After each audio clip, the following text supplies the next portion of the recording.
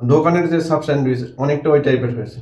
বাসায় খুব সহজে স্যান্ডউইচ এবং চিকেন স্টু তৈরি করে ফেলতে পারেন। আমি কিন্তু করি, এই যে তেল, লবণ আর জল দিয়ে মাংসটা সেদ্ধ করে নিয়েছি। সেদ্ধ হওয়া যে জলটা আছে ওইটা হয়ে যাবে চিকেন স্টু। চাইলে চিকেন পেঁয়াজ মরিচ দিয়েও নিতে পারেন। আর এই চিকেনটা ঝুরঝুরে করে নিয়েছি স্যান্ডউইচের জন্য। আছে আলু, ফুলকপি, পেঁয়াজ, মরিচ, শসা, এগুলো দিয়েই আমি একটা স্যান্ডউইচের পুর তৈরি করব।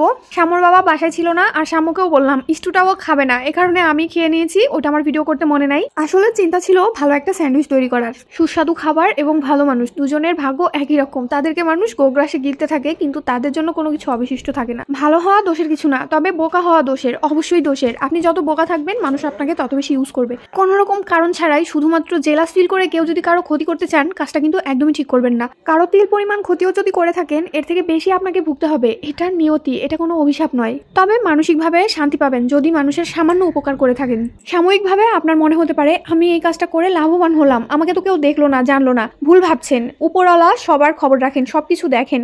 তাকে ফাঁকি দিয়ে কোনো কিছু করা সম্ভব না। মা, ভগবানের কাছ থেকে কিন্তু কোনো কিছু লুকালেও সেটা ভগবান দেখতে পায়, আর কোনো কিছু ঢেকে রাখলেও ভগবান দেখতে পায় সেটা। আমার কথা বলা শুনে শামু নিজে থেকেই অনুপ্রাণিত হয়ে এই কথাগুলো বলল। আর স্যান্ডউইচ রেডি, এখন রিভিউ শোনা যাক কি হয়। আচ্ছা বলো তো, স্যান্ডউইচ কেমন লাগলো খেতে? খুব মজাদার। দোকানের যে সাব স্যান্ডউইচ অনেকটা ওই টাইপের হয়েছে, কিন্তু টেস্টের মানটা কেমন? খুবই ভালো।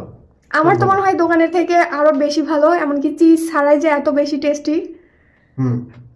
ঠিক, তবে এটা সস দিয়ে খেলে পরে আরো বেশি মজা লাগে। সস দিয়েই তো খাইছো।